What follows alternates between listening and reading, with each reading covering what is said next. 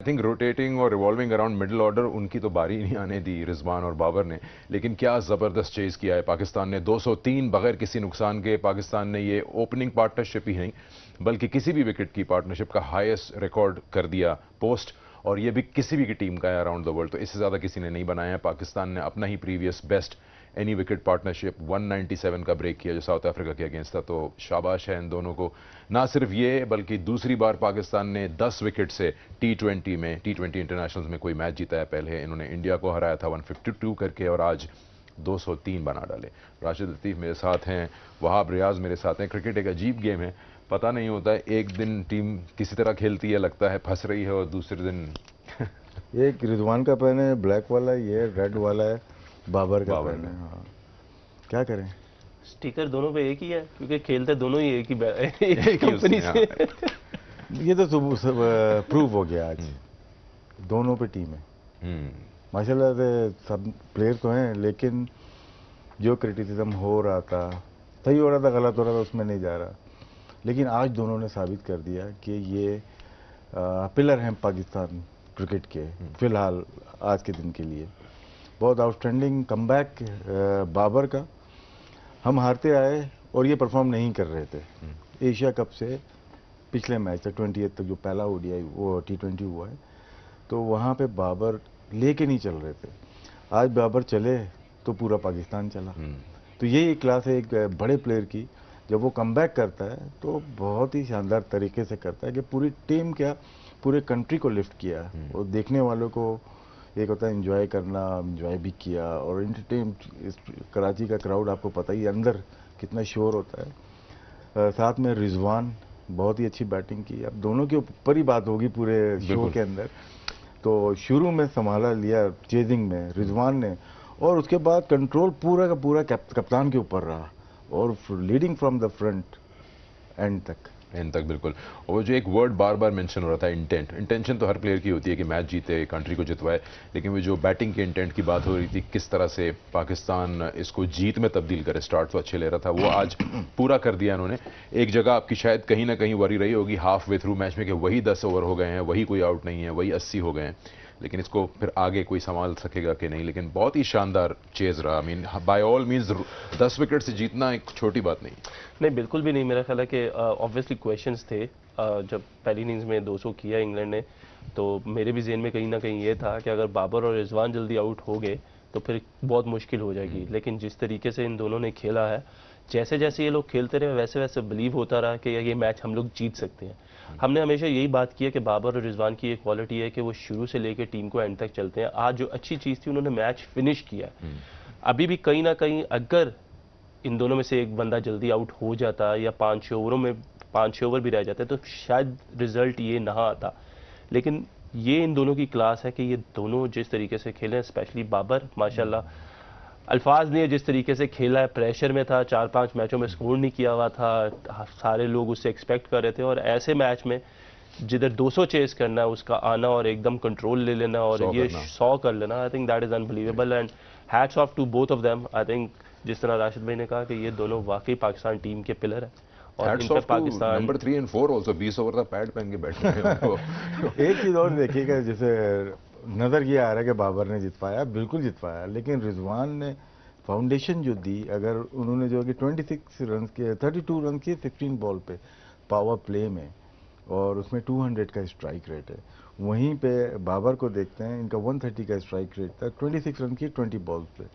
ये पार्टनरशिप होती है कि पावर प्ले में कौन पहल करेगा, और ये की उन्होंने। उसके बाद पर्दा हर चेंज होता है टीम में, फिल्म में जैसे चेंज होता है ना।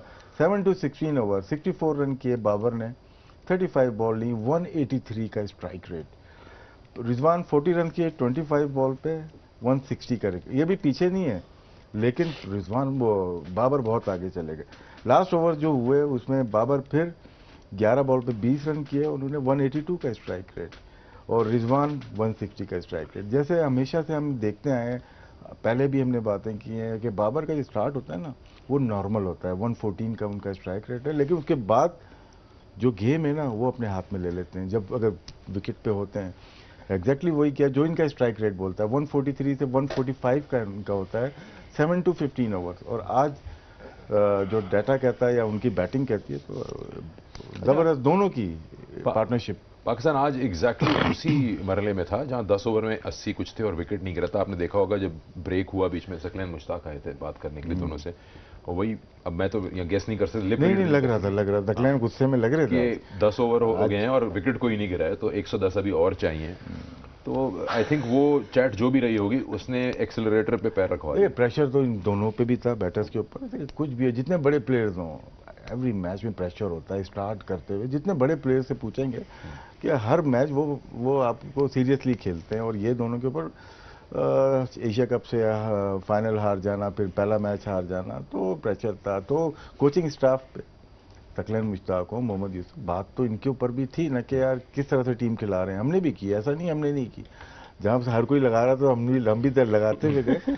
लेकिन तो जब वो आए, जो स्क्रीन पे देखा, तो काफ़ी सीरियसनेस सकलैन की शक्ल पे थी, और बाबर की भी, कि वो सुन रहा था उनको। तो सुनने वाले का भी कमाल है कि वो जिस तरह से सकलैन उनको ब्रीफ कर रहे होंगे, क्या बोल रहे थे वो नहीं, लेकिन जो भी कह रहे होंगे टीम का, और उसको इम्प्लीमेंट किया बाबर ने और रिजवान ने। आज थोड़ा सा पाकिस्तान टीम प्रोएक्टिव इस सेंस में भी लगी है कि जिस तरीके से, एक तो मैं भी बड़ा सरप्राइज था कि मैंने कभी देखा नहीं कि सकी भाई आए ग्राउंड में और प्रेशर था, और दूसरी चीज ये थी जब आखिरी 4 ओवर रहते थे तो बाबर ने ऐसे इशारा किया कि वो खुशदिल को कह रहे थे कि तुम तैयार हो।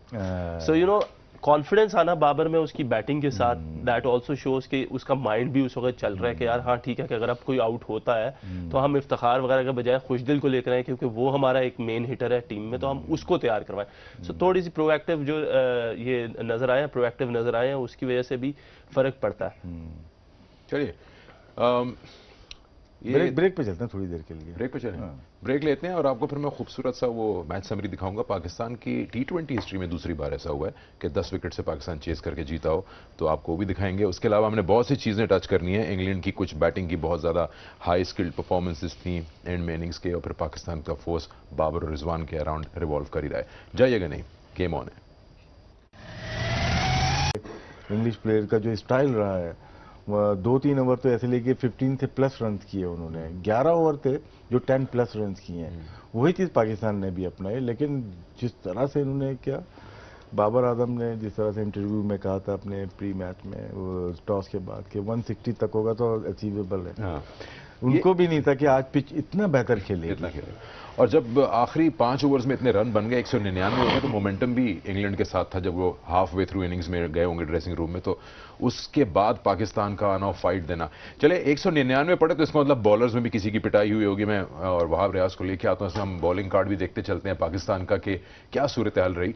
और 51 पड़े 4 में हसनैन को। लेकिन अगर आप पावर प्ले में देखें तो धानी और आपके हसनैन ने 2-2 ओवर में 14-14 रन दिए थे, हल्के दानी 2 विकेट भी ले ली थी।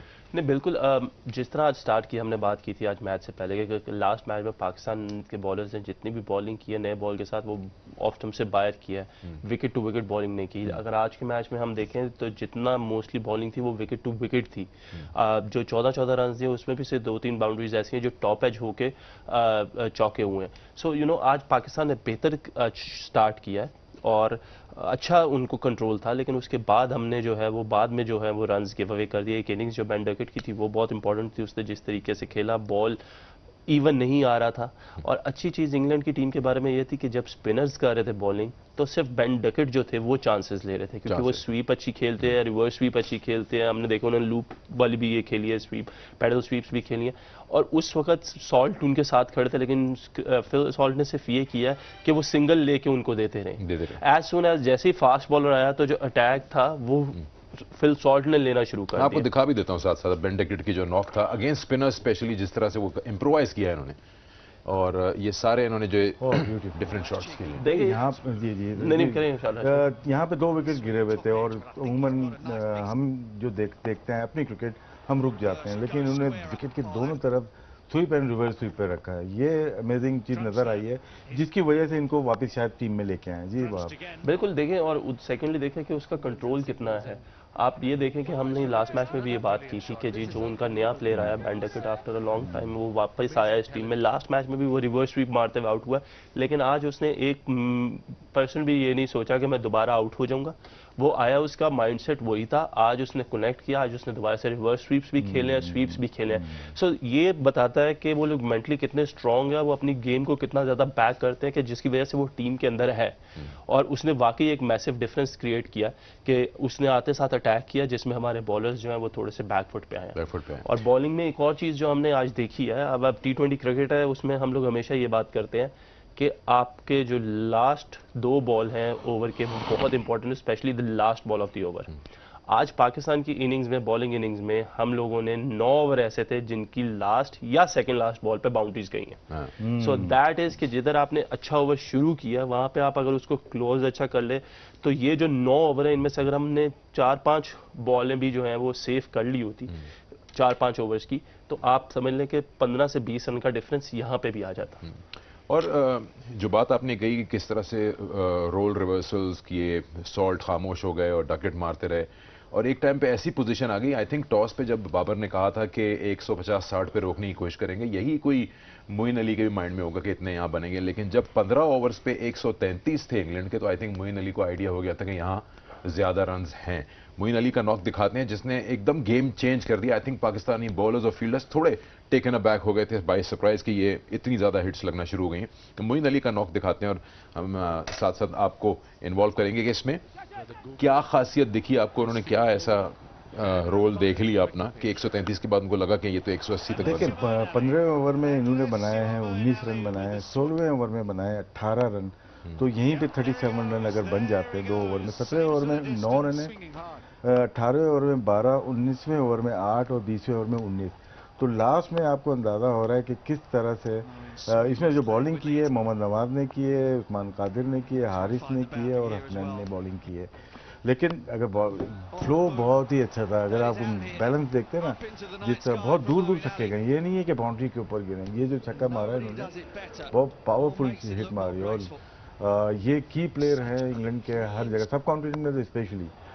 ये लपेटा तो नहीं बोलेंगे ये बहुत अच्छा शॉट है, एंगल को यूज किया है, एंगल को यूज किया। लेकिन मेरा ख्याल है कि थोड़ा सा हमने जो मोइन अली को बॉलिंग की है ना, हम लोगों को थोड़ा सा प्लान, थोड़ा सा मोइन के लिए ये प्लान होना चाहिए कि उसको थोड़ा सा पीछे वाला बाउंसर, तेज नहीं तो स्लोअर वन जरूर करना चाहिए, क्योंकि ये थोड़ा सा फंसते हैं उस बॉल पे।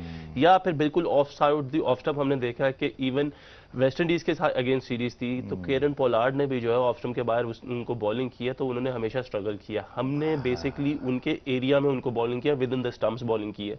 और मोइन अली का जो फ्लो है बैटिंग करने का, when he is going, he is a very different batsman और very difficult to bowl to him. इस बात को नोटिस भी किया गया था, मेंशन भी किया गया जब मैच देख रहे थे कि जो पाकिस्तान ने स्लोअर बॉल्स करने की कोशिश की, लेकिन वो लेंथ बॉल कर दी, मुंह में कर दी, थोड़ा खींच के करते हैं। वसीम अकरम वखारी ने भी इस चीज़ को मेंशन कर दिया कमेंट्री में कि फिर आप लेंथ खींचें ताकि मुश्किल हो मारना, क्लियर करना बाउंड्री। देखिए, जब पहले इनिंग्स में हमने देखा कि इजी नहीं था, फास्ट बॉलर्स को इवन के अटैक करने जा रहे थे इंग्लैंड बैट्समैन, लेकिन बॉल जो था वो टू पेस था, कभी आ रहा था कभी नहीं आ रहा था, कभी ऊंचा आ जाता था कभी नीचे रह जाता था। सो उसमें इतना इजी नहीं था। लेकिन फिर वही बात हुई कि हम लोगों ने आज प्लान ज़रूर किया कि हमने नए बॉल पे ओपनर्स को कैसे बॉलिंग करनी है, लेकिन शायद उस प्लान में हमने मोइन अली को इतना सीरियस नहीं लिया कि हमें ये पता होना चाहिए कि मोइन अली को ऑफ स्टंप के बाद जितनी भी बॉलिंग आप करेंगे, चाहे वो स्लोअर वंस है, चाहे वो तेज़ बॉलिंग है, लेंथ है, वो स्ट्रगल करते हैं, क्योंकि उनका सारा फ्लो, राशिद भाई ज़्यादा बेहतर बता सकते हैं, उनके बैलेंस देख के बैट्समैन का मुझे इतना आइडिया नहीं, लेकिन उनका जो फ्लो है वो सारा मिड ऑन से लेके मिड विकेट स्क्वायर लेग तक जाता है, और anything with in the stumps और उनको वो मिलेगा तो वो उसको बहुत अच्छा खेलेंगे। यही इंपॉर्टेंट चीज़ है कि आप अपनी स्ट्रेंथ्स तो जाने ही, लेकिन अपने ऑपोजिशन की स्ट्रेंथ्स को और उनके हैबिट्स को और अच्छा पहचाने। एक बड़ी अच्छी चीज़ निकाल के लेके आया हमारे साथ हमारे गेस्ट जो मेरे लेफ्ट पे बैठे हैं कि इंग्लैंड का जो स्कोरिंग पैटर्न है वो कैसा रहा। अभी आपने मोइन अली के बारे में बताया था, ये ओवरऑल 20 ओवर हैं, किस पैटर्न से इन्होंने स्कोरिंग की? इसमें अगर देखते हैं, शुरू में स्ट्रगल तो किया है पहला ओवर, लेकिन इनके 10 रन इनके पावर प्ले में बने, 2 विकेट गिरी हैं इनके 5वें ओवर में, उसके बावजूद 10 रन किए थे। 6ठे ओवर में 16, उसके बाद ग्रेजुअली इन्होंने, बेन डकेट ने 10वें ओवर में, 11वें ओवर में, देखें जो स्टाइल होता है खेलने का इंग्लैंड का हमेशा से रहा है कि वो 2 ओवर या 3 ओवर पिक करते हैं पूरे 20 ओवर में। अगर आप देखें 15 ओवर में 19 रन बने, फिर 18 रन 16 में, फिर लास्ट ओवर में ये तकरीबन अराउंड आप कह सकते हैं 55 से ज़्यादा रन 3 ओवर में। अगर आप 150 रन करने जा रहे हैं तो इसका मतलब 3 ओवर में आप 50 रन और कर रहे हो तो वो 200 लग गए। तो 3 ओवर हमेशा पिक करने चाहिए और पाकिस्तान ने भी आज पिक किया है। ये हम एक बार अगर फिर देख लें तो एक और चीज़ इसमें पॉइंट आउट करते हैं कि जो आपने हाईलाइटेड देखें ग्रीन में वो ओवर्स हैं जिसमें 10 से ज़्यादा रन जी, बने जी, हैं, जी, जी। और जो पिंक हैं वो हैं जिसमें 15 से ज़्यादा रन ये बने 12 ओवर है टोटल जिनमें ये रन्स हुए हैं पाकिस्तान को। तो इन्होंने जो ओवर पावर प्ले के बाद से लेके 10वें ओवर तक इन्होंने खामोशी इख्तियार की थी, जी, और उसके बाद और हमारे पास इतना टाइम नहीं मिला, मैच भी देखना है, सब कुछ कर रहा है, तो इंशाल्लाह कल मैच से पहले तो पाकिस्तान ने किस तरह से चेस किया, कोशिश करेंगे कि लोगों को दिखाएं वो भी। बिल्कुल। अच्छा, पाकिस्तान ने ये मैच जीता 203 बगैर किसी नुकसान के। जिस चीज़ की वाह वाह हो रही है वो है पाकिस्तान के दोनों ओपनर्स की परफॉर्मेंस। आपको दिखाते हैं बाबर आजम ने किस तरह से अपनी इनिंग्स चलाई और किस तरह से आगे लेके चले, और फिर उनके पार्टनर की भी इनिंग्स आपको दिखाएंगे। ये स्टार्ट था बाबर का पावर प्ले में। बिल्कुल, देखिए बाबर शुरू में थोड़ा सा स्ट्रगल कर रहे थे, उसके बाद उन्होंने अपने आप को रूम दिया। हमने कम देखा कि बाबर रूम दे के पॉइंट के ऊपर से शॉट खेलते हैं। मोस्टली वो कोशिश करते हैं कि through the line of the ball खेली जाए और उनके जोन में बॉलिंग की जाए, लेकिन आज उन्होंने चांसेस लिए हैं और उन्होंने बहुत अच्छा किया है। इवन कि हम बात कर रहे थे कि कल गुगली पिक नहीं हो रही, लेकिन आज राशिद को जिस तरीके से उन्होंने खेला, और स्पेशली ये ओवर मोइन अली का जहाँ से मैच चेंज हुआ, 2 छक्के लगाना यहाँ पे बाबर के, और आखिरी बॉल पर रिजवान ने फिर उनको एक छक्का मारा। आई थिंक वहाँ से मैच वापस आया, क्योंकि उस ओवर में 23 रन हुए थे। जो सबसे अच्छी खूबसूरती है इस इनिंग्स की, बाबर ने 100 किया, रिजवान ने 88 किया, लेकिन जो सबसे खूबसूरत चीज़ है इस इनिंग्स की कि हम अक्सर बात करते हैं कि T20 is not all about hitting sixes और boundaries, it's about rotating the strike. और अगर आप ये देखें तो आपको मैं ये बता दूं कि 110 की इनिंग्स में बाबर ने 36 रन जो है उसके वो सिंगल्स और डबल्स में है, और 44 रन जो है वो रिजवान के सिंगल और डबल में। और देखें कितना अच्छा कॉम्प्लीमेंट किया उन्होंने एक दूसरे को, कि रनिंग बिटवीन द विकेट से भी उन्होंने जो बॉलिंग है उसको अंडर प्रेशर रखा है, फील्डर्स को अंडर प्रेशर रखा है, जिसकी वजह से बॉलर जो है वो थोड़े से पैनिक हुए हैं कि हर ओवर में अगर बाउंड्री, जिन ओवर्स में बाउंड्री नहीं भी लगी या लगी है, 2-3 ओवर ऐसे गए जिधर उन्होंने थोड़ा सा उसको खींचा 6-7 रन पे, लेकिन उसके बाद इन दोनों ने उनके ऊपर रनिंग बिटवीन द विकेट से ऐसा प्रेशर डाला है कि जहां पे उन्हें मौका मिला गंदा बॉल, उन्होंने उसको बाउंड्री पे भी पहुंचाया, जिसकी वजह से रन रेट जो है वो कभी भी पाकिस्तान का 9.5-10 से नीचे नहीं आया। लेकिन इसमें अगर देखा जाए कि इम्पैक्ट प्लेयर की हर कोई बात करता होगा, इम्पैक्ट प्लेयर होता कैसे है? उसका ये है कि जैसे बाबर आजम और रिजवान को हम देख रहे थे, आज अच्छा किया हुआ तो हम बात कर लेते हैं, हमेशा करते हैं, लेकिन थोड़ा स्ट्राइक रेट का इशू लोग बात करते हैं। इम्पैक्टफुल प्लेयर वो होता है कि स्कोरिंग शॉट्स कितनी रही हैं, RSS, मतलब कि रन स्कोरिंग शॉट्स कितने हैं। बाबर ने अगर 66 बॉल खेली हैं तो उसमें से 18 डॉट हैं, उसको माइनस कर देंगे हम, तो 48 बॉल हो गई। 48 को हम फिर डिवाइड करेंगे उनकी नंबर्स ऑफ बॉल से करके, फिर मल्टीप्लाई बाय 100 कर दें तो 225 उसका इम्पैक्ट आ जाता है। सेम चीज अगर रिजवान की लेते हैं, 51 बॉल अगर खेली है, 6 डॉट बॉल हैं, तो 45 बॉल हो गई, तो उसको हम सेम फार्मूला अपनाते हैं तो इनका भी थोड़ा सा ज्यादा हो जाएगा, 230। तो इम्पैक्ट प्लेयर यहाँ से निकलता है। आप शुरू के स्ट्राइक रेट मत देखो, जब मैच खत्म होता है ना, डॉट बॉल कितनी खेली इंग्लैंड ने, जैसे 36 डॉट बॉल खेली है, 80 स्कोरिंग शॉट्स हुई हैं 84, ठीक है, उनका तकरीबन 200 तक होगा। पाकिस्तान ने 93 बॉल पे स्कोर किया है, तकरीबन हमने जो डॉट बॉल का रेशियो है 24 हमने डॉट बॉल खेली है। तो इसका मतलब है कि इम्पैक्ट जो छोड़ा हमारे प्लेयर ने, डॉट बॉल कम खेली और 93 बॉल पे हमने 200 चेज कर लिए, मतलब ये ब्रिलियंट परफॉर्मेंस है। तो अक्सर हमने सुनते हैं कि इम्पैक्ट क्या होता है, तो ये मालूम होना लोगों को जरूरी है। बिल्कुल। बाबर 110 नॉट आउट थे और 66 बॉल से सामना किया, 11 चौके 5 छक्के लगाए, 166 का उनका स्ट्राइक रेट रहा, जबकि रिजवान 172 के स्ट्राइक रेट पे उनकी इनिंग्स गई, 51 बॉल्स फॉर इज 88। उनकी बाउंड्रीज और सिक्सेस जो हैं वो ऑफकोर्स बाबर से कम है, लेकिन उनके भी 5 चौके और 4 छक्के हैं। उसको देखते हैं कैसे रोल रिवर्सल हुई थी। 200 का स्ट्राइक रेट बताया आपने पावर प्ले में रिजवान का था, उसके बाद उन्होंने थोड़ा सा अपने आप को पीछे किया और बाबर ने देखिए अपने ऊपर लेके जाए, जो रोल डिफाइन किया होगा, लाजमी सी बात है। तो आके ये रिजवान थोड़ा सा चार्ज करेंगे, और ये पावर प्ले में आप देख सकते हैं, ये 5th ओवर चल रहा है और ये इसी तरह से बैटिंग कर रहे हैं, ब्यूटीफुल शॉट और बहुत अच्छी बैटिंग की है दोनों ने। लेकिन ये पावर प्ले में अगर ये पहल नहीं करते, मे भी हम 10-15 रन हो सकता है पीछे होते, और वो फिर हमें मुश्किल हो जाता। लेकिन दोनों ने एक जो रोल अपने डिफाइन कर लिया। और आगे भी कभी कभार ये भी देखा है कि रिजवान अगर स्ट्रगल करते हैं और बाबर की लगना शुरू हुई तो बाबर स्टार्ट लेते हैं। तो ये अच्छी चीज़ है। जो भी बच्चे देख रहे हैं, दो ओपनर जब जाते हैं, अगर आपसे एक मिस हो रहा है तो दूसरा चांस लेता है। तो ब्रिलियंट बैटिंग रिजवान, इनको यूज टू हो गए और walk in the park her match में 50 हो रहे हैं माशाल्लाह। बहुत अच्छी बैटिंग की। बहुत शानदार परफॉर्मेंस रही पाकिस्तान की। और किसी भी लेवल पे आप 10 विकेट से अगर कोई मैच जीतते हो, वो भी इतना बड़ा चेस करके। पाकिस्तान का हमेशा एक क्वेश्चन रहता था कि चेस करने में पाकिस्तान प्रेशर ले लेता है। अब एक नया एरा है बाबर और रिजवान का, जिसमें एक नई डॉन कह सकते हैं आपको नजर आ रही है। अच्छा, चांसेस भी मिले इस मैच में, 2 बार अपॉर्चुनिटी आई थी इंग्लैंड के पास कि वो कोई ब्रेक थ्रू लेके मिडिल ऑर्डर तक पहुंच जाएं, लेकिन वो हो नहीं पाया। रिजवान के ही थे दोनों चांसेस। पहले एलेक्स हेल्स से वो ड्रॉप हुए और उसके बाद एक स्टंपिंग थी जो फिल सॉल्ट मिस कर बैठे। मैं दूसरे पे आपको जरूर लाऊंगा, पहले ये पहला चांस है।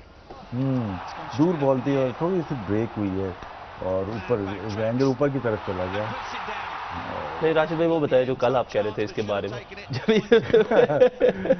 एलेक्स हेल्स फील्डिंग कल भागते हुए देखा रहा था। मुझे आप याद आ गए थे जब इसलिए क्या मुझे ये वाला जरूर बताइएगा एज अ विकेट कीपर इसमें ये मूवी ब्लाइंड हो गया। बैट उसकी आंखों के सामने होगा और यॉर्कर बन गई। तो हाथ हमेशा पीछे होते हैं और पीछे थे इनके हाथ, वो हिले ही नहीं, पीछे थे, नजर नहीं आई, ब्लाइंड हो गए। और ये जब हटाएंगे तो एक इंपॉर्टेंट चीज बताते हैं आपको। ये जो हेलमेट पहना है, ये ग्रिल है। ग्रिल से कभी कभार बॉल मिस हो जाती है। मोस्टली विस्टम जो मिस होते हैं आजकल वो ग्रिल की वजह से होते हैं। हेलमेट एक बहुत बड़ा बोझ है। क्यों लगाते हैं? शायद बचने के लिए। इंग्लैंड से शुरू हुआ कि चाइल्ड प्रोटेक्शन या जो चीज़ भी है कि यहाँ पे लगाना ज़रूरी है। कीपिंग स्पिनर्स पे जो ख़राब नज़र आ रही है वर्ल्ड वाइड, वो हेलमेट की वजह से। क्योंकि जब आप वाइजर लगाते हैं, देखते हैं, तो आपका विजन ना बॉल इसके ग्रिल के बीच में से गुजरती है। तो मैंने शुरू में एक आध प्रैक्टिस में कोशिश की थी, अपना तजुर्बा, उसके बाद नहीं लगाया। अच्छा, ये कोशिश नहीं की। ऐसे एक महेंद्र सिंह धोनी हेलमेट पहनते थे, मुझे नहीं मालूम कि वैसे कस्टमाइज था क्या था, उसका वाइजर छोटा था। 26% उनका ना मिस चांसेस करते थे धोनी। इंटरनेशनल हाई कैचेस के लिए 26% मिस चांसेस हैं उनके। वो मेरा ख्याल है आइस हॉकी का जो है उसका। शहजाद भी बना, शहजाद और धोनी MS2 हैं हमारे पास। शहजाद अफगानिस्तान वाले, वो भी लगाते थे वो अपने आप को बचाने के लिए। लेकिन बहुत रेयर होता है। आपको जैसे लगनी थी तो लगी, मार्क बाउचर की लगी आंख पे, क्योंकि हाई कैचेस में फिर आपको प्रॉब्लम होगी कि आपको स्टंपिंग में ना बहुत प्रॉब्लम होती है।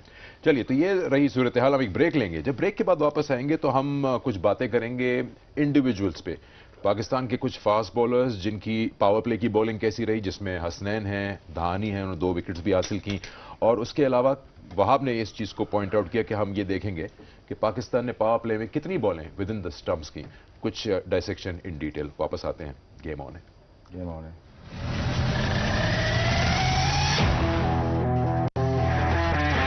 राइट देना पड़ेगा, स्पेशली हारिस को, जिस तरीके से उसने आज भी बॉलिंग की। अच्छा, क्रिकेट कितनी बदल गई है। धानी की सेलिब्रेशन, धानी की सेलिब्रेशन फौरन पलट के धानी अगर देख रहे हैं थोड़ा सा हल्का हाथ रखो। ये जिस तरह हैरी ब्रूक्स आउट हुआ, आपने देखा साइड की तरफ गिर रहे हैं। ये मॉडर्न डे क्रिकेट चेंज हो गई। जो मैं कल की बात है, परसों की, मैं साइम अयूब का एक इंटरव्यू देख रहा था। साइम को किसी ने पूछा कि आप ये जो नो लुक शॉट करते हैं ये क्या है, तो उन्होंने बोला ये कोई मेरी नया कोई स्टाइल नहीं है। मुझे इतना ज़्यादा हेड पोजीशन स्टिल रखने को कहा गया कि मैं जब शॉट खेलता था अपने सर को सीधा रखता था, वो आदत ही बन गई।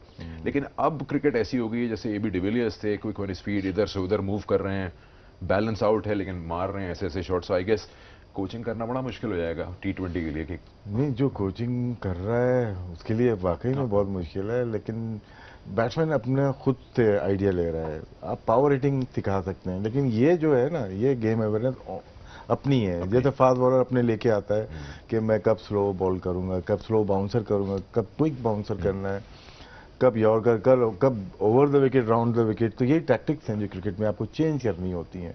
ठीक। और जहाँ पे हेल्पफुल है, थोड़ी सी रिवर्स हुई तो अच्छे बैट्समैन नहीं सामने आ सकते। मैं एज ए बॉलर बता रहा हूँ, एज ए बैट्समैन देख लिया आज आपने, जहाँ सपोर्टिव रोल अदा किया, बॉल ना ज़्यादा ब्रेक हुई और ना ज़्यादा स्विंग या सीम हुई, तो बैट पे जब अच्छा आता है तो बॉलर कुछ भी नहीं कर सकता। तो यहाँ कोशिश करनी चाहिए पाकिस्तानी बॉलर हो कि आखिर में मार लगी, या इंग्लिश बॉलर हो, रिवर्स स्विंग का चांस लें। अच्छा अच्छा, ये जो हम देख रहे थे पाकिस्तान, जो इंग्लैंड की जो पैटर्न ऑफ स्कोरिंग दिखाई थी, अभी हमने आपको पहले से ओवर से 20वें ओवर तक किस तरह स्टार्ट लिया और आहिस्ता आहिस्ता वो बढ़ाते गए। पाकिस्तान ने जो पावर प्ले में बॉलिंग की इंग्लैंड को वो इतनी ख़राब नहीं थी, 48 पे 2 आउट कर दिए थे। वहाब ने एक चीज़ पॉइंट आउट की कि हम ये देखेंगे कि किस तरह की बॉलिंग फास्ट बॉलर्स ने की। तो अगर हम आपको दहानी के पहले 2 ओवर जिसमें 14 रन दे के 2 आउट किए और हसनैन के 2 ओवर जिन्होंने 14 रन दिए, विकेट कोई हासिल नहीं, वो देखते हैं और साथ साथ वहाब से पूछते हैं कि वो नोटिस क्या कर रहे हैं, किस तरह की बॉलिंग की गई है। देखिए अगर आप इधर बॉलिंग स्टार्ट देखें तो कितने बॉल जो विद इन द स्टंप्स और स्टंप हाइट के ऊपर है, ना ज़्यादा पीछे हैं ना ज़्यादा आगे हैं। और जिस तरीके से हम कल भी बात कर रहे थे, कल थोड़ा सा ऑफ स्टंप के बाहर था, ये अनलकी था, धानी बहुत अच्छा बॉल था। और आगे बॉल करना एलेक्स हेल्स को, क्योंकि उनकी टांगें जुड़ी होती हैं, उस तरीके से उनके लिए बड़ा मुश्किल होता है कि वो सामने नए बॉल को सामने लिफ्ट करें। और स्लोअर वन पे भी वही बीट किया कि शॉर्ट ऑफ लेंथ नहीं था। तो आई थिंक जिस तरीके से धानी ने शुरू किया, ये देखे नए बैट्समैन को भी आके मुश्किल हो रही है। हम यही बात कर रहे थे कि इस विकेट पे आप जितना स्टंप टू स्टंप बॉलिंग करेंगे एज अ फास्ट बॉलर, उतना आपको कामयाबी मिलेगी। आई थिंक ये लास्ट बॉल था, इसका स्लोअर वन की जरूरत नहीं थी। नया बैट्समैन है, 2 बॉल खेले हुए हैं, शायद उसने खुद से ये सोचा है कि शायद मेरे 2 बॉल डॉट खेल गया, मुझे शायद वो हिट मारने जाए। तो ये चांस, ऐसे चांसेस नहीं लेने चाहिए अंटिल अनलेस बैट्समैन आपके ऊपर अटैक ना करे। अच्छा, इसी चीज में जो आपने बात की, हमने कल देखा था एलेक्स हेल्स ने जो पावर प्ले में पाकिस्तान के खिलाफ बैटिंग की थी, कल नहीं परसों, उसमें यही था कि ऑफ स्टंप के बाहर 4th 5th ऑफ स्टंप पे बॉल हो रही थी और शॉट्स पड़ रहे थे। तो एक इंटरेस्टिंग चीज अगेन वो आपने पॉइंट आउट करवाई कि 6 ओवर्स में यानी पावर प्ले में पाकिस्तान, इसमें नवाज भी शामिल है, कितनी बॉलें स्टंप्स में की। पाकिस्तान ने होमवर्क किया ओवरनाइट कि क्या गलतियां हुई हैं और फिर उसको करेक्ट किया। तो हम भी वो अभी आपको दिखाते हैं कि पाकिस्तान ने ओवरऑल पावर प्ले में कितनी बॉलें जो हैं वो विद इन द स्टंप्स की हैं, जिससे उनको फायदा हुआ। 48 पे 2 ही आउट हुए। हसनैन का भी चलें, हसनैन की आप पहले देख लें। हसनैन की आपने बॉलिंग की बात की थी, जो पहले 2 ओवर उनके गुजरे थे, फिर आप आपको ओवरऑल दिखाते हैं। हसनैन को भी आप देख लीजिए, पेस है इसके पास और पेस के साथ स्विंग। सो यू नो अच्छी जगह पे बॉल की है, ज़्यादा रूम उसने नहीं दिया। विद इन द स्टंप्स पहले ओवर में हसनैन को 3 रन हुए हैं। तो बात यह है कि ये जितने प्लेयर्स हैं ये फैंसी करते हैं कि इनको रूम मिले, जितना आप with in the stumps bowling करेंगे। ये अच्छा बॉल था, उसने देखा एलेक्स हेल हटा, उसने ऑप्शन से बाहर बिल्कुल उसको बॉल फेंक दिया उसकी रेंज से बाहर। और इस तरीके से बॉलिंग जो है हसनैन ने काफ़ी अच्छी किया। आई थिंक दैट वाज अनलकी। और ये शॉट भी जो था वो भी अनलकी था।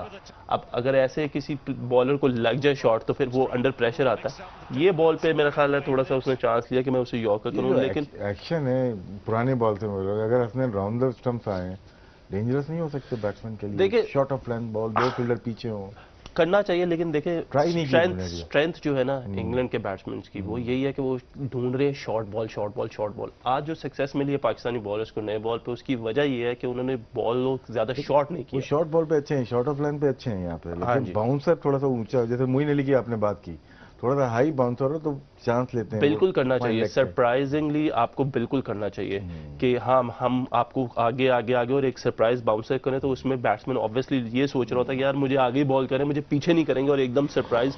क्योंकि हसनैन बॉलिंग करते हैं 145 प्लस पे, और 145 प्लस पे इतना ईजी नहीं होता कि आप उसको कनेक्ट करो अनटिल अनलेस आपको वो डाउन द लेग साइड या आपके लेफ्ट शोल्डर पे हो। अगर आपके राइट शोल्डर पे अगर जब भी बाउंसर आप करेंगे, देखेंगे मोस्टली जब आपको विकेट्स मिलती हैं या आप बीट करते हो बैट्समैन को, वो आपका बॉल थोड़ा सा ऑफ स्टंप से बाहर बाउंसर होता है। आजकल क्या होता है, क्योंकि आप शफल करके ऐसे खड़े होते हैं, जो बॉल यहाँ पे आता है वो लोग सिर्फ इसको यहाँ से ऐसे करके अपने साथ ले जाते हैं, पेस को यूटिलाइज कर लेते हैं। यहाँ से कनेक्ट करना और छिक्का मारना मुश्किल है, यहाँ से जो है वो शॉट लग जाता है। अच्छा, हमने जो अभी देखे हसनैन और धानी के, अगर आप वे करें तो धानी की ज़्यादा बॉल्स विद इन स्टंप्स थी, पावर प्ले की मैं बात कर रहा हूँ। और क्योंकि हसनैन का ये पहला मैच था इस सीरीज का, तो शायद वो नोटिस नहीं कर पाया वो चीज़। एक्शन का है जो ये थोड़ा सा स्लिंगी है, यहाँ से बॉल करते हैं, आउट स्विंग हो रही थी, वो थोड़ा सा बीच में से बॉल करते हैं। टारगेट उनका डिफरेंट है, इनका टारगेट डिफरेंट है। देखते हैं कितनी बॉलें स्टंप्स में हुई फास्ट बॉलर्स की पावर प्ले के अंदर, वो क्लियरली हमें आइडिया हो जाएगा कौन सा बॉलर क्या ट्राई कर रहा था एलेक्स हेल्स के अगेंस्ट।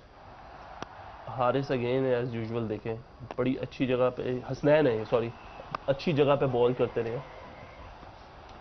कहीं ना कहीं आपको बॉलर को ये भी क्रेडिट देना है, जिस तरीके से 2 दफ़ा एलेक्स हेल्स ने रूम ढूंढा है, क्योंकि वो तंग हो रहे थे इस लेंथ से। तो उन्होंने हसनैन के ऊपर वो कोशिश किया कि मैं रूम बना के उसको खेलने जाऊं। सो उसकी वजह से ऑफ स्टंप के बाहर जो बॉलिंग करनी है, that is also smart bowling. ज़रूरी नहीं है कि अगर आप बैट्समैन हट रहा है और आप उसको बिल्कुल फॉलो करें, बिल्कुल ऑफ स्टंप से बाहर कर दिया, आपके पास पेस है तो आपने उसको बीट ही करना पेस से। और आपने कल मेंशन भी किया था कि फुलर लेंथ एलेक्स हेल्स के लिए अप फ्रंट नए बॉल के साथ थोड़ा सा टफ होता है, जिसको आज हमने इंप्लीमेंट होते देखा, तो इससे हमें आइडिया हुआ कि एनालिसिस होमवर्क उससे काफ़ी फ़ायदा होता है। हसनैन का आपने जिक्र किया, हसनैन को आपने देखा होगा काफ़ी क्रिकेट सरफराजी कप्तानी में खेली है PSL में उन्होंने, और उनकी स्पीड पे तो कोई मतलब क्वेश्चन ही नहीं है, लेकिन कभी कभार हमने ऐसा फील किया है बाहर बैठ के कि जब अगर उनको शॉर्ट्स हिट्स लगनी शुरू हो तो फिर वो थोड़े वेवर्ड हो जाते हैं और काफ़ी एक्सपेंसिव हो जाते हैं। आज उनको 51 पड़े हैं 4 ओवर्स में। बहुत ज़्यादा मैचेस नहीं खेलते, नोट किया गया, इनका गैप जरूर आता है। वन गो में अगर 4-8 मैच मिलेंगे तो डिफरेंट परफॉर्मेंस भी होगी और फिटनेस का भी पता चलेगा। थ्रू आउट द कैरियर इनको इश्यूज रहे फिटनेस के, फिटनेस से ये बेहतर हुए। ऑस्ट्रेलिया में खेल रहे थे बिग बैश तो इलीगल बॉलिंग एक्शन पे आ गए, तो इश्यूज रहे हैं इनको। मेरे ख्याल से ये ऐसे बॉलर हैं, इनको आप खिलाना चाहिए जिस तरह से वहाब ने अभी कहा कि पावर प्ले में जिस तरह से बॉलिंग की है। अब हमारा टारगेट लास्ट 5 ओवर्स हैं, अगर नहीं खेलते, हारिस रऊफ अगर नहीं खेलते तो हम तो बिल्कुल ही 70 रन भी करा सकते हैं लास्ट 5 ओवर में, हम 4 ओवर में भी करा सकते हैं। तो यहाँ पे हमें अच्छी प्रैक्टिस करनी है, थोड़ा रिवर्स पे जाना पड़ेगा हमें। ये नहीं है कि आप रफ कर लो बॉल, लेकिन आपको कहीं ना कहीं रिवर्स करनी पड़ेगी, वरना आजकल की जो बॉलिंग है फ्लैट पिचेस के ऊपर बचत बहुत कम है, क्योंकि फील्डर आपको 2 यहाँ लेने हैं या मिड ऑफ ऊपर लेना है या फाइन लेग, तो चांसेस कम है। और पेस है पाकिस्तान की तो ये आपने आगे करके देख ली या शॉर्ट ऑफ लेन करके देख ली, तो डिफरेंट आइडियाज होने चाहिए। और मेरे ख्याल से हसनैन को रिवर्स की कोशिश करनी चाहिए। बाकी ये फास्ट बॉलर ने ये बेहतर बता सकते हैं कितना कंट्रोल जब रिवर्स आ जाती है, कितना कंट्रोल होता है, और कन्वेंशनल अगर हो रही है लास्ट 2 ओवर्स में तो क्या फर्क पड़ता है। देखिए, जब रिवर्स हो रहा होता है बॉल तो आप एज अ बॉलर आप ज़्यादा कॉन्फिडेंट होते हैं, कंट्रोल आपका होता है, आपको एज अ बॉलर पता होता है कि यार अगर मैं कहाँ से बॉल करूँगा, कितना स्विंग होगा और कहाँ पे फिनिश होगा। सो तब बहुत इजी हो जाता है। जब कन्वेंशनल स्विंग हो रहा होता है तब इसलिए भी थोड़ा सा बॉलर जो है वो थोड़ा सा बैकफुट पे होता है कि यार पहली वो ये सोचता है कि यार अगर मैंने बॉल बिल्कुल आगे किया, यॉर्कर मिस किया तो सामने शॉट लग जाएगा। जहाँ पे रिवर्स स्विंग में ये होता है कि अगर आप आगे बॉल कर भी देते हैं, क्योंकि वो थोड़ा सा लेट स्विंग होता है, उसकी वजह से बैट्समैन उस तरीके से कनेक्ट नहीं कर सकता। तो ये 2 बड़े डिफरेंस है। सेकेंडली, कन्वेंशनल में फिर आप 2 चीज़ें देखते हैं, क्या आप क्रॉस द सीम बॉलिंग करें, क्या अभी तक पाकिस्तानी बॉलर्स ने ऐसी विकेट पे क्रॉस द सीम बॉलिंग की है, क्योंकि इस तरह के wicket cross the seam bowling को बहुत ज़्यादा इफेक्टिव होते हैं, क्योंकि बॉल रुक रहा है, तेज़ आ रहा है, पेस उस चेंज हो रही है उसकी। और अगर आप कॉन्फिडेंट नहीं है तो फिर आप एक लाइन ऑफ अटैक पकड़ ले, या तो आप बिल्कुल ऑफ स्टंप के बाहर यॉर्कर्स मारना शुरू कर दें और लेंथ बॉल्स करना शुरू कर दें, स्लोअर वन शुरू कर दें, या फिर जिस तरह हमने सुबह भी बात किया कि अगर यॉर्कर आपका अच्छे नहीं लग रहा तो आपके पास फिर 1 और 2 ऐसे गो टू बॉल होने चाहिए कि यार आज मेरा यॉर्कर अच्छा नहीं लग रहा तो आज मेरी बचत किस पे होगी। हसनैन को आज थोड़ा सा ये हुआ कि उसने यॉर्कर भी ट्राई किया, बैक ऑफ लेंथ भी ट्राई किया, और हर डिफरेंट बॉल पे डिफरेंट करने गया वो, जिसकी वजह से उसको रन ज्यादा हो गया। अच्छा, जब आप जीत जाते हैं और इतनी मैसिव विक्ट्री होती है तो हर चीज़ आपको ऑफ कोर्स आपको अच्छी लग रही होती है, और अच्छी लगनी भी चाहिए, क्यों नहीं लगे। लेकिन आपका कल ही एक और मैच है और उसमें कुछ ऐसे एरियाज़ हैं जो शायद एरियाज़ ऑफ कंसर्न बाबर और एंड कैम्प के होंगे। वो है कि जिस तरह डकेट ने आज इम्प्रोवाइज़ किया और खेला और स्वीप किया, पाकिस्तान का स्पिन डिपार्टमेंट किस तरह से उनको टैकल कर सकते हैं। हम दिखाते हैं आपको कि किस तरह से डकेट ने अपनी परफॉर्मेंस दी और क्या कर सकता है पाकिस्तान का स्पिन डिपार्टमेंट। नवाज, कादिर, अगर ये लोग सब खेल रहे हैं कि इनको रोक सके, क्योंकि 2 विकेट्स गिरे हुए थे जैसे राशिद लतीफ़ ने बताया, लेकिन तब भी वो रुकने को तैयार ही नहीं थे। इसमें आज जो नवाज को तो खैर उन्होंने किया, ऐसे ही खेलना चाहिए था और वैसे ही खेले, और लकी भी रहा कि बीच से भी स्विप मारी है। उस्मान कादिर मुझे लगा कि आज थोड़ा तेज बॉलिंग कर रहे थे। मैं पिछले मैच में स्पीड नोट नहीं की, लेकिन 90 प्लस की स्पीड से ये 94 पे ये लास्ट बॉल की थी। तो शायद यहाँ पे जब स्वीप ज़्यादा मार रहे हो थोड़ा एयर में स्लो बॉल करनी पड़ेगी आपको, जोर से मारते हैं। ये देखिए ये शॉट मारी, बहुत नवाज भी तेज थे, कुछ तेज थे आज थोड़ा सा ना, इन्होंने पिच को देखते हुए मार शायद लगने थे, तो शायद बहुत ज़्यादा तेज बॉलिंग की, जिसकी वजह से स्क्वायर ऑफ द विकेट जब रन बनते हैं इसका मतलब है आप बॉल तेज कर रहे हैं। तो शायद इनको थोड़ा सा अभी कंट्रोल करना पड़ेगा, स्लो बॉल करनी दूसरा पड़ेगी। थोड़ा सा मैचअप देखना बहुत ज़रूरी है, क्योंकि ये एक ऐसे प्लेयर हैं लेफ्ट हैंडर, जिधर आपके पास एक लेफ्ट आर्म स्पिनर है और लेग स्पिनर है, और लेफ्ट हैंडर जो है उनको बेहतर वैसे ही खेलते हैं। और हमने देखा कि बेन डकेट कितने कंस्ट्रक्टिव हैं स्पिनर्स के अगेंस्ट। थोड़ा सा प्लान ऑफ चेंज होना चाहिए, आपके पास एक बॉलर होना चाहिए, या तो आप ऑफ स्पिनर लेकर आए, या आप प्रॉब्ली फास्ट बॉलर को जितनी देर वो खड़ा है आप कोशिश करें कि उनको back to back spin overs ना मिले। आज हमने देखा कि 10वें ओवर में जब नवाज को 14 या 15 रन का ओवर लगा, उसके बाद हम अगले ही ओवर में उस्मान कादिर को ले आए 19 बने वो देखते हुए कि यार हाँ उसने भी उसे खेला है। प्रॉब्लम पाकिस्तान के पास ये है कि हारिस रऊफ 4 से ज्यादा ओवर नहीं कर सकता, जो मुझे नजर आ रहा है। और आपके पास कहीं ना कहीं आपको एज अ कैप्टन जब विकेट चाहिए, वो एक इंपॉर्टेंट पार्टनरशिप थी, तो उधर आपको अपना मेन बॉलर लेकर आना ही है। फॉरगेट अबाउट के एंड में क्या होगा, एंड रिजल्ट तो हमने आज देखा कि आज भी स्कोर हो गया और जरूरी नहीं है कि हर रोज होगा। या तो आप अपना पेस बॉलर जो है वो लेकर आए, बैक टू बैक स्पिनर्स ऐसे प्लेयर को नहीं देने चाहिए, क्योंकि एकदम वहां से जहां से उसने मोमेंटम क्रिएट किया है 10वें 11वें ओवर के बाद से, उसके बाद इंग्लैंड की टीम जो है वो कंटिन्यूसली रन ही करती रही है। अच्छा, हम सजेस्ट नहीं कर रहे, लेकिन just for the sake of discussion, आपके ख्याल में डकेट के अगेंस्ट मिस्ट्री स्पिनर आपके कैसे रहेंगे, जिनको पिक करना मुश्किल होता है? और इनिशियली तो होगा, उनको इतना नहीं खेला होगा, लेकिन हो सकता है कि उनके ओपनर ही पूरी इनिंग खेल जाए तो डकेट तो आएंगे नहीं। हाँ। ये कहना, प्रिडिक्ट करना मुश्किल है। अबरार की बात आप कर रहे हैं, मेरे ख्याल से एक मैच और हो जाए उसके बाद ट्राई करनी चाहिए। और मुझे ऐसा लगता है कि जिस तरह नसीम शाह आज नहीं खेले, हसनैन खेले, तो कल शायद मोहम्मद वसीम को एक ऐसा चांस दिया जाए कि उनको भी वो देख लें। ये अपने पहले फास्ट बॉलर को चेक करें कि हमारे प्लेइंग में कौन से आएंगे फास्ट बॉलर। तो मेरे ख्याल से अगर ये तरीका है तो गलत होगा। आप कम से कम 2 मैचेस दें किसी को भी। नसीम शाह ने एक मैच खेला, दूसरा भी खेलना चाहिए था। हसनैन ने आज खेला, कल भी खेलना चाहिए था। मिस्ट्री की जो बात की है, बिल्कुल मेरे ख्याल से एक मैच के बाद ट्राई करना चाहिए। पर मैं वहाब से पूछता हूँ कि हसनैन शाही क्यों चेंज के लिए? देखिए, आई डोंट नो नसीम को क्यों नहीं खिलाया उन्होंने, क्या वजह हो सकती है? नसीम शाह, नसीम को आई डोंट नो कि क्या वजह है क्या नहीं है, लेकिन मुझे ये लगता है कि बॉलिंग एनालिसिस अगर देखें, मैं ये बिलीव करता हूँ कि एज अ बॉलर अगर आपने मुझे सिलेक्ट किया है और आपको पता है कि मैंने वर्ल्ड कप में आपका as a main weapon use होना है, तो फिर अगर मुझे मार पड़ रही है तो फिर आप उसको जो है सपोर्ट करें। मार तो लगेगी, ये फॉर्मेट है सर, मार तो लगेगी। ऑन द डे आपको वो 4 ओवरों में 23-20 रन देके 3 या 4 आउट करके भी देगा, लेकिन कॉन्फिडेंस किधर खराब होता है बॉलर का? क्योंकि मैं सारी उम्र खेला हूं, मैंने देखा और भी जब बॉलर्स मैच हारता है तो हम बॉलर्स ही क्यों चेंज करते हैं? That is a question. हम बॉलर्स ही क्यों चेंज करते हैं? और ये पिछले कोई 6-8 साल से हो रहा है, ये कोई अभी की बात नहीं है। नसीम शाह को 40 हुआ है, इवन अगर उसकी आखिरी 2-3 मैचों की परफॉर्मेंस एशिया कप की भी अच्छी नहीं है, but you need to support him. आज वो बेंच पे बैठा है, आज आप बेशक उसको ये कह रहे होंगे कि यार मैंने आपको रेस्ट करवाया, लेकिन उसको पता आपने उसको रेस्ट नहीं करवाया। कल आप हसनैन को कहेंगे रेस्ट करवा रहे हैं, हसनैन को पता आप रेस्ट नहीं करवा रहे हैं, ट्रैवलिंग रिजर्व को सारे और फिर आप फिर दानी को, और उसके बाद आप उसको खिलाएंगे क्या कहते हैं वसीम जूनियर को। सो देखिए, बात यह है कि अगर आपने फास्ट बॉलर्स करने हैं कनेक्ट और आपने उनको खिलाना है, ठीक है, हम चांसेस नहीं ले रहे, सीरीज हम ये सोच रहे हैं कि हमारे लिए बहुत इंपॉर्टेंट है। हमारे लिए ये इंपॉर्टेंट है कि ये फिगर आउट करना कि अगर शाहीन शाह अफरीदी नहीं है तो आपके पास अटैक बॉलर एक ही है, आपके पास गो टू बॉलर एक ही है। इट्स टाइम के जिधर मैं ये चाहूंगा कि आपको हारिस की एबिलिटी का पता है, हारिस इज डूइंग गुड, आप उसको रेस्ट करवाएं और आप बाकियों को लेकर आए ग्राउंड में। आप ग्राउंड में उनको खिलाएं ताकि उनको कॉन्फिडेंस आए, उनको थोड़ा सा समझ आए, मैच खेलें। एकदम वर्ल्ड कप का स्टेज जो है वो बायलैटरल सीरीज का स्टेज नहीं है, वो वर्ल्ड कप का स्टेज है। दुनिया के बेस्ट हर टीम के 11 आएंगे और उसके बाद ये होगा कि वो अपने बेस्ट प्लेइंग 11 खिलाएंगे। तो आपको ये पता होना चाहिए कि यार अच्छा, अगर खुदा ना खास्ता शाहीन हमारे पास नहीं है, हमारे पास हारिस है, तो फिर क्या एक एक मैच के बाद आप फिर सबको चेंज करते रहेंगे? तो कॉन्फिडेंस तो किसी बॉलर को नहीं आएगा। सो आई थिंक कि हसनैन को आपको 2 मैचेस और लगातार खिलाने चाहिए। उसके अलावा आपको वसीम जूनियर को भी लेके आना चाहिए, वो भी काफी देर से हमने देखा मैचेस नहीं खेले। आप हारिस रऊफ को रेस्ट करवाएं, मुश्किल है पर करवाएं। क्यों? जब आप बात करते हैं हमारे 15 के 15 मैच विनर है, तो फिर उनको ग्राउंड में उतार लें।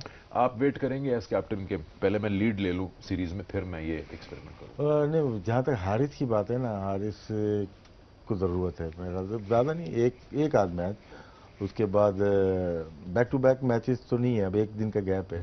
तो अगर 1 दिन का गैप इनको मिल जाता है याला, तो उसके बाद मैच खेल सकते हैं, उसके बाद लाहौर में जाके खेलेंगे। इंटरेस्टिंग बात है, बुखार यूनुस से बात हो रही थी, उन्होंने कहा जब शाहीन की इंजरी, शाहीन की रेस्ट की बात हो रही थी ब्रिटिश, तो उन्होंने कहा फास्ट बॉलर के लिए इंपॉर्टेंट है कि आप उसको खिलाते रहें, उसको आप नहीं विकी तो देखे ना, ये तो मतलब कि उसका बहुत टफ थे। हाँ, आजकल के नहीं है लड़के, तो अब फॉर्मेट चेंज हो गया, बस रहे अभी जो है ना। हो सकता है पर्टिकुलरली उस प्लेयर की बात मैं खेला हुआ हूँ साथ में ना, वसीम भाई हो गए, विकी हो गया, शोएब हो गया, बहुत शोएब को इंजरीज होती रही, लेकिन विकी और वसीम भाई तो बाहर ही नहीं होते थे। हाँ ये कह सकते हैं फॉर्मेट, विकी तो काउंटी से खेल के आया था, 112 विकेटें ली थी, आके अगले दिन मॉर्निंग गुजरांवाला में मैच खेल रहा था।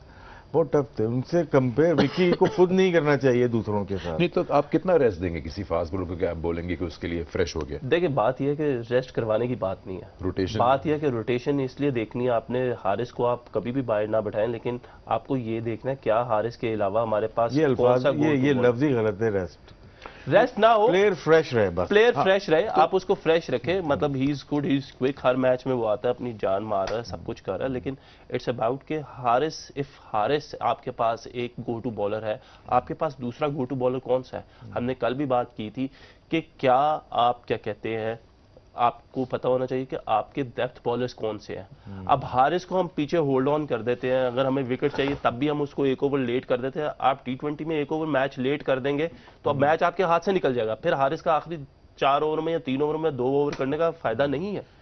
सो इट्स टाइम कि आप ये फाइंड आउट करें कि लास्ट में डेप्थ ओवर्स आपके किसने करने हैं, आप उसको उस तरीके से तैयार करें कि यार ये हमारे डेप्थ बॉलर है, ये हमारा नया बॉल करेगा, हाँ हमें जरूरत पड़ेगी।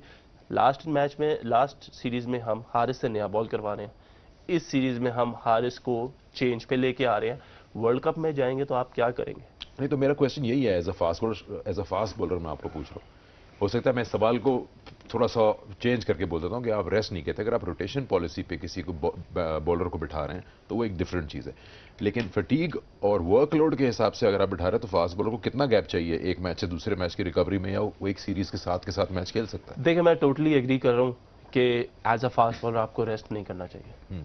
अगर मैं अच्छी फॉर्म में हूँ तो मुझे खेलते रहना चाहिए। खेलने से देखे, इन जो वकार और वसीम भाई का डिफरेंस या पुराने बॉलर्स का डिफरेंस अगर आप इस एरा से कंपेयर करेंगे, अब मैचेस तो बहुत ज़्यादा, मैचेस उनके बहुत ज़्यादा थे, वो फर्स्ट क्लास क्रिकेट बहुत ज़्यादा खेले हुए थे, उनके मसल्स बहुत ज़्यादा डेवलप थे, ठीक है, और वो जब भी आते थे तो वो अच्छा करते थे, तगड़े थे। हमारे इधर क्या है कि हमारे ये जितने लड़के खेले हुए हैं, इनमें से सारे लड़के जो है वो मोस्टली फर्स्ट क्लास क्रिकेट नहीं खेले हुए, लंबी बॉलिंग नहीं की हुई, टूवर पे जाते हैं, नेट में बॉलिंग करते हैं। नेट प्रैक्टिस और मैच बहुत बड़ा डिफरेंस है।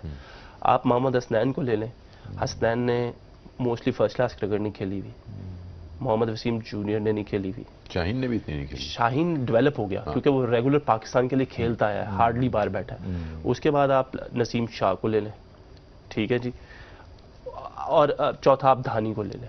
अब अगर आप इन लड़कों को भी रेस्ट ही करवाते रहेंगे तो फिर ये ऑन एंड ऑफ अच्छा करेंगे। इंग्लैंड के वर्ल्ड कप के फास्ट बॉलर हैं वो खेल रहे हैं अभी इसमें? नहीं, वो अभी इसलिए नहीं खेल रहे, मार्क वुड जो है वो अभी इंजरी से वापस आया। अच्छा। तो उनको वो थोड़ा थोड़ा करके टाइम दे के बेन स्टोक्स आया नहीं, बेन स्टोक्स आया नहीं है, जॉर्डन को भी कोई इशू है, उसकी फिंगर फ्रैक्चर है पांव की या कुछ इशू है, वो भी नहीं आया। टाइम मिल्स जो उनके अनाउंस हुए में हैं रिजर्व्स में, वो भी अभी फिट हुए हैं वापस। ल्यूक वुड रिजर्व में अभी नहीं है, ल्यूक वुड रिजर्व में भी नहीं है। क्रिस वॉक्स इंजरी से आया, 100 कंपटीशन उन्होंने नहीं खेला, 100 कंपटीशन टाइम मिल्स ने नहीं खेला, 100 कंपटीशन मार्क वुड ने नहीं खेला। सो वो अपने उन प्लेयर्स को लेकर आए हैं जिनको उन्होंने ये देखना है कि यार हाँ ठीक है। इवन रीस ट्रॉपले जो है वो भी बाहर ही बैठा, ज्यादा खेला नहीं है। सो जो इंजरी से आ रहे हैं उनके लिए ठीक है, उनको थोड़ा थोड़ा आपने मिक्स करके कराना है। लेकिन जो आपके रेगुलर हैं आपके साथ, उनको तो आप बॉलिंग जितनी करवाएंगे, जितना वो खेलेंगे, वो लोग उतना पॉलिश होते रहेंगे। चलिए टाइम हो गया एक ब्रेक का। ब्रेक से जब वापस आएंगे तो हर मैच के अंदर एक ऐसा मोमेंट होता है जो फैसला कौन मोमेंट कहलाता है, डिसाइड करता है कि जीतेगा कौन, वो होता है टर्निंग पॉइंट। वो आपके साथ शेयर करेंगे, जाइएगा नहीं, गेम ऑन है। गेम ऑन है। मैं सिकंदर बख्त आपके साथ, मेरे बाएं तरफ राशिद लतीफ जो आपको नंबर्स की मार मारेंगे अगर आपने आर्ग्यूमेंट की, और दाएं तरफ है मेरे जैसे बैठे वहाब रियाज जो कि ऑब्वियसली आपको बताएंगे एग्जैक्टली कि कौन सी चीज़ आपने गलत की अगर बॉल आपके हाथ में। और अगर मैं ये बात करता हूं तो इन्होंने मुझसे पूछा कि पाकिस्तान ने जो अपने ओवर्स में, ख़ासतौर पे जब पाकिस्तान को रन्स पड़ रहे थे, तो उन्होंने जो अपने ओवर्स बॉलर्स ने फिनिश कैसे किए। बड़ी पुरानी एक चीज़ है, आप कभी स्टंप माइक पे भी सुनेंगे कप्तानों को बोलते हुए, खासतौर पे कप्तान अगर विकेट कीपर हो, कि आखिरी बॉल अच्छा करना, क्योंकि अगर आपको ओवर अच्छा जा रहा है तो आप कहीं ना कहीं लेट बैक हो जाते हैं और फिर आपको पड़ते हैं रन्स। तो पाकिस्तान के बॉलर्स के, फास्ट बॉलर्स के या स्पिनर्स के भी चौथा, पाँचवा या छठा बॉल कैसा रहा जिसमें रन्स पड़े, वो आपको दिखाते हैं और इस पर हम चाहेंगे कि वहाब हमें बताएं कि क्या मिस्टेक हो रही है कि ओवर अच्छा जा रहा है और एंड में आप रन खा रहे हैं। ये फॉलो किया था हसनैन ने? नहीं, ये पावर प्ले है। ये तो पावर प्ले है। खैर कोई नहीं, पावर प्ले भी देखना चाहिए हमें। लेकिन हम इसमें ये लास्ट बॉल है। जी जी, ये शॉट अच्छा था, बॉल बुरा नहीं था, इम्प्रोवाइजेशन ball अच्छी थी। ये भी शॉट अच्छा था, बॉल बुरा नहीं था, इम्प्रोवाइजेशन उन्होंने अच्छी किया। पांचवा ये 2 बॉल मेरे ख्याल है उस्मान ने थोड़े से मुंह में किए हैं, और मोइन अली की जो स्ट्रेंथ है उस पे उन्होंने खेला उसको।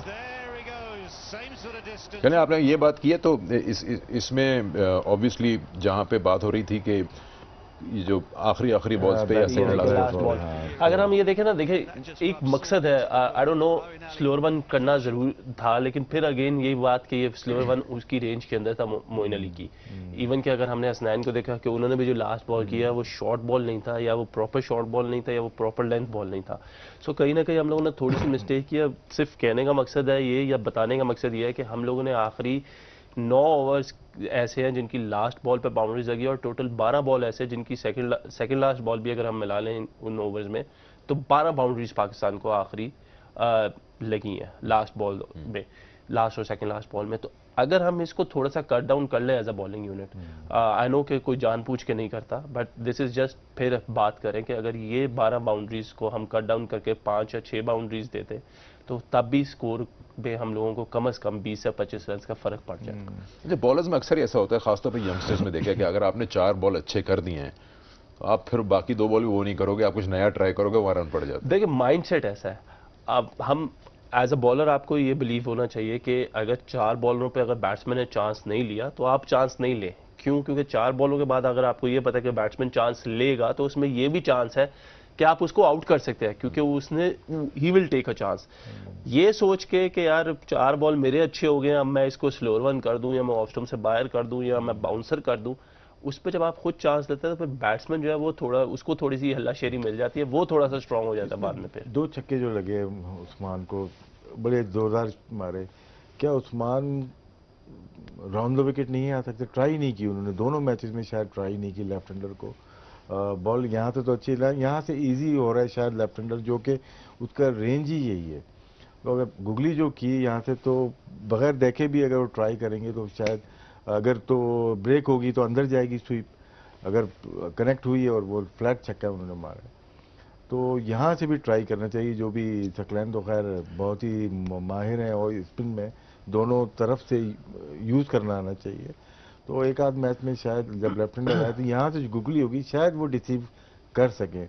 बीच में से गुगली शायद नहीं हो पा रही उनसे, तो यहाँ से राउंड द स्टंप अगर आए तो मेरे ख्याल से बेहतर होगा। जी, इंटरेस्टिंग बात की आपने, तो स्पिनर की बात की है। मैं इनसे पूछता हूँ आपसे कि हमने देखा है कि यूजुअली जब बॉल पुराना और सेकंड स्पेल में आप आ रहे हो तो आप लेफ्ट हैंडर को राउंड द विकेट भी कराना शुरू कर देंगे, एंगल्स क्रिएट करेंगे। नए बॉल से नहीं करते फास्ट बॉलर्स ये चीज़ ट्राई, कि अगर आप किसी लेफ्ट हैंडर को ओवर द विकेट आप करा रहे हैं, एंगल क्रिएट कर रहे हैं, आप राउंड द विकेट नहीं आएंगे नए बॉल के साथ। आपसे मतलब फास्ट बॉलर्स आज की। देखिए, डिपेंड करता है कि आप कंफर्टेबल किस चीज़ के साथ है। बेसिकली आपने कोशिश ये करनी होती है कि आपने उनको एक, एज अ बॉलर आपने ये कोशिश करनी है कि आप उनको उनके बाजू बांध के रखें। उसको कहते हैं ना कि आपने उनको रूम नहीं देना, रूम नहीं देना। यहाँ से बेसिकली जब आप ओवर द विकेट बॉलिंग करते हैं, तो अगर आप थोड़ा सा भी बॉल बाहर होता है, तो क्योंकि आजकल आपने देखा कि क्रीज बहुत ज़्यादा यूज़ होती है, बैट्समैन जो है वो बहुत ज़्यादा अंदर खड़े होते हैं और ढूंढ रहे होते हैं कि कोई भी चीज़ मिले ऐसे, तो हम उसे कट वगैरह कर दें। राउंड द विकेट आने की जो आप बात करें, उससे ये होता है कि उनका वो जो एंगल है ये वाला, वो बंद हो जाता है, फिर उनको रूम बनाना पड़ता है। फिर आपको मुश्किल भी नहीं होती बैट्समैन को फॉलो करने में कि यार अच्छा ठीक है। सो राउंड द विकेट जो है वो बॉलर जो है, स्पेशली लेफ्ट हैंडर है, वो तंग इसलिए भी होता है कि उसको एक तो एंगल यहाँ से अंदर की तरफ आ रहा होता है, और उसमें आपने देखा है मोस्टली कि जब बॉल स्विंग होता है या बॉल सीधा भी रह जाता है, तो वो ऑटोमेटिकली आपका एक अच्छा बॉल बन जाता है। मैंने, मुझे नहीं याद पड़ता, आपने हारिस को देखा है कभी राउंड द विकेट बॉल करते हुए? मुझे नहीं याद पड़ता। लेफ्ट हैंड को, हाँ, लेफ्ट हैंडर को कभी पुराने बॉल से भी, इवन धानी को अब भी नोट करूंगा, नहीं देखा है। हमारे बॉलर्स शाहीन करते हैं, लेकिन जहाँ पे रिवर्स हो ना, वहाँ तो फॉरन, जैसे लेफ्ट हैंड फास्ट बॉलर है, रिवर्स हो रही है, राइट हैंड बैट्समैन है, तो फिर आप यहाँ से चांस बाहर का निकल, क्योंकि वो खेलना पड़ेगा टेस्ट मैच में। स्पेशली टेस्ट मैच में आपको खिलानी पड़ती है बॉल। इसमें तो डॉट बॉल खिलानी है, तो आपको स्लो भी करनी है, बाउंसर भी करनी है। लेकिन टेस्ट मैच में जो हमने देखा है कि मोस्टली जो बॉलर्स हैं जो रिवर्स होती है, फिर राउंड द विकेट। इवन इस पे जिसकी आप बात करें, हसन अली एक प्राइम एग्जांपल है कि आप देखेंगे जब भी लेफ्ट हैंडर कर रहा होगा, बैटिंग कर रहा होगा, हसन फौरी तौर के ऊपर ग्राउंड में चले जाते हैं। हाफिज भाई का तो वो यही समझता है कि बॉल ब्रेक होगा ना, इसलिए बेचारे फंस जाते हैं। चलिए, हर मैच का एक टर्निंग पॉइंट होता है। अगर आज इंग्लैंड जीतता तो शायद मोइन अली की वो इनिंग्स वो बन जाती टर्निंग पॉइंट, जिन्होंने आते ही 55 बना दिया नॉट आउट। लेकिन जीता पाकिस्तान, और टर्निंग पॉइंट वो आई थिंक एक ओवर है जिसमें बहुत ज़्यादा पिटाई हुई, और उधर भी मोइन अली का ही नाम आएगा। वो 21 रन जो हैं वो शायद एक ऐसा शॉकवेव बन गए कि थोड़ा सा सरप्राइज हो गया इंग्लैंड कि ये क्या हुआ। टारगेट किया था मेरे ख्याल से बाबर ने, और बहुत ही ज़बरदस्त 3 छक्के शायद इसमें मारे थे, 21 रन बनाए। और